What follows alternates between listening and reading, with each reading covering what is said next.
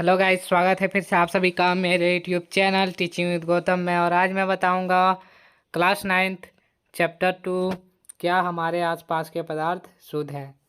तो इसमें प्रश्न अभ्यास पृष्ठ 20 का है, 20 पेज नंबर का क्वेश्चन आंसर। इसमें पहला क्वेश्चन है, उदाहरण के साथ समांगी एवं विसमांगी मिश्रणों में विभेद कीजिए।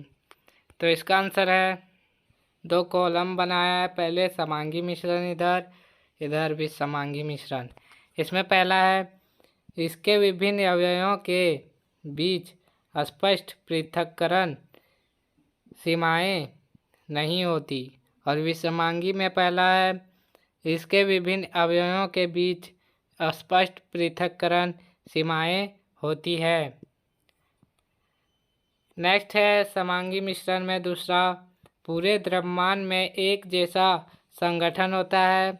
विसमांगी में है, पूरे द्रव्यमान में एक जैसा संगठन नहीं होता है। इसका उदाहरण है, समांगी मिश्रण का उदाहरण, जल में नमक, जल में चीनी और पीतल, कांसा। और विसमांगी मिश्रण का उदाहरण है, पानी में तेल, पानी में चौक, नमक तथा सल्फर। नेक्स्ट है क्वेश्चन नंबर 2, विलयन, निलंबन और कोलाइड एक दूसरे से किस प्रकार भिन्न है। तो इसका आंसर है, विलयन पहला है, निलंबन, कोलाइड। 3 कॉलम बनाया है, उसके बाद इसमें अंतर लिखा है।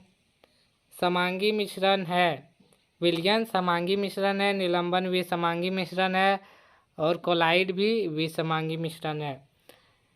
विलयन कणों को आँख से नहीं देख सकते हैं विलयन में, और निलंबन में कण आँख से देखे जा सकते हैं और कोलाइड में कण आँख से नहीं देखे जा सकते हैं।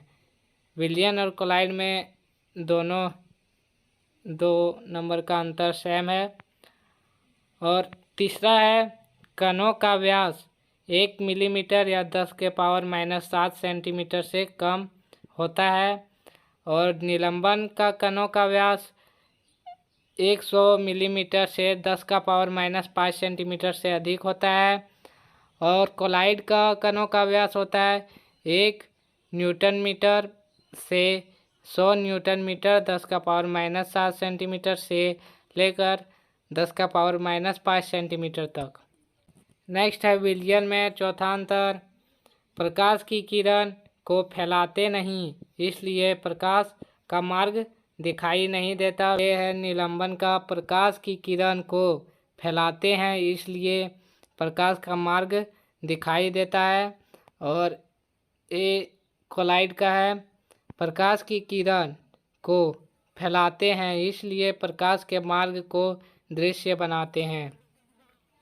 पांचवा अंतर है, विलयन का यह स्थायी होता है और निलंबन में यह अस्थायी होता है और कोलाइड में यह अस्थायी है।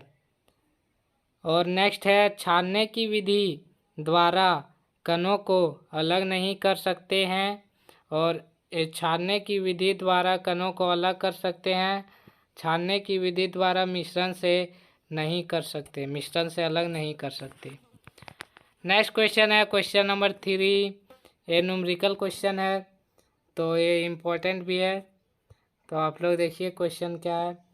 एक संतृप्त विलयन बनाने के लिए 36 ग्राम सोडियम क्लोराइड का 100 ग्राम जल में 293 केल्विन पर घोला जाता है। इस तापमान पर इसकी सांद्रता प्राप्त करें।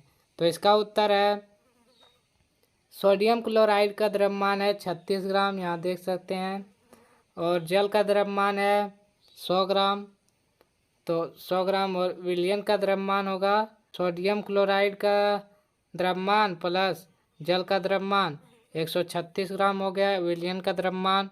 अब विलयन की सांद्रता बराबर होगा सोडियम क्लोराइड का द्रव्यमान बटे विलयन का द्रव्यमान गुने जल का द्रव्यमान, तो 26.47 होगा आंसर।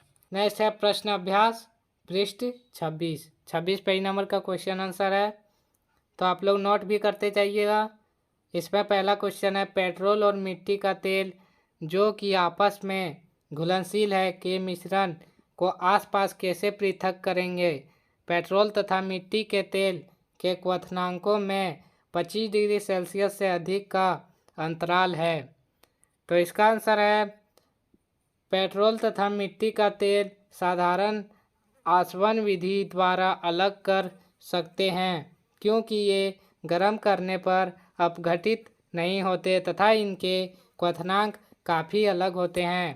पेट्रोल का क्वथनांक कम होने के कारण यह जल्दी वाष्पित हो जाता है तथा संघनित्र द्वारा वाष्पों का ठंडा करके अलग कर लेते हैं। अधिक क्वथनांक वाला द्रव मिट्टी का तेल पहले वाष्पित होता है, जिसे इकट्ठा कर लिया जाता है। नेक्स्ट है क्वेश्चन नंबर 2, पृथक करने की सामान्य विधियों के नाम दें। तो पहला दही से मक्खन, दूसरा समुद्री जल से नमक और नमक से कपूर। तो इस सब को कौन सी विधि द्वारा अलग कर सकते हैं, तो पूछा इसमें। तो इसका आंसर है पृथक करने का सामान्य विधियाँ। तो दही से मक्खन को अलग करने के लिए आप केंद्रन विधि से अलग कर सकते हैं, और समुद्री जल से नमक को अलग करने के लिए वाष्पीकरण विधि अपनाएंगे, और तीसरा नमक से कपूर को अलग करने के लिए ऊर्ध्वपातन विधि अपनाएंगे। नेक्स्ट क्वेश्चन है क्वेश्चन नंबर 3, क्रिस्टलीकरण विधि से किस प्रकार के मिश्रणों को पृथक किया जा सकता है? तो इसका आंसर है क्रिस्टलीकरण विधि में शुद्ध ठोस को विलयन से अलग किया जाता है, जैसे समुद्र के जल से नमक प्राप्त करना, अशुद्ध नमूने से फिटकरी प्राप्त करना। नेक्स्ट है प्रश्न अभ्यास पृष्ठ 27 पेज नंबर का क्वेश्चन आंसर। तो इसमें पूछा है निम्न को रासायनिक और भौतिक परिवर्तनों में वर्गीकृत करें। तो इसका आंसर है पेड़ों को काटना, ये कौन सा परिवर्तन है? तो पूछा है, तो इसका आंसर है भौतिक परिवर्तन। मक्खन का एक बर्तन में पिघलना, तो ये है भौतिक परिवर्तन। अलमारी में जंग लगना, तो ये रासायनिक परिवर्तन है। नेक्स्ट है जल का उबल कर वाष्प बनना, ये भौतिक परिवर्तन है। फिर विद्युत तरंग का जल में प्रवाहित होना तथा उसका हाइड्रोजन और ऑक्सीजन गैसों में विघटित होना, तो ये रासायनिक परिवर्तन है। नेक्स्ट है जल में साधारण नमक का घुलना, ये भौतिक परिवर्तन है। फलों से सलाद बनाना भौतिक परिवर्तन है। और लकड़ी और कागज का जलना रासायनिक परिवर्तन है। नेक्स्ट क्वेश्चन है क्वेश्चन नंबर 2, अपने आसपास की चीज़ों को शुद्ध पदार्थों या मिश्रण से अलग करने का प्रयत्न करें।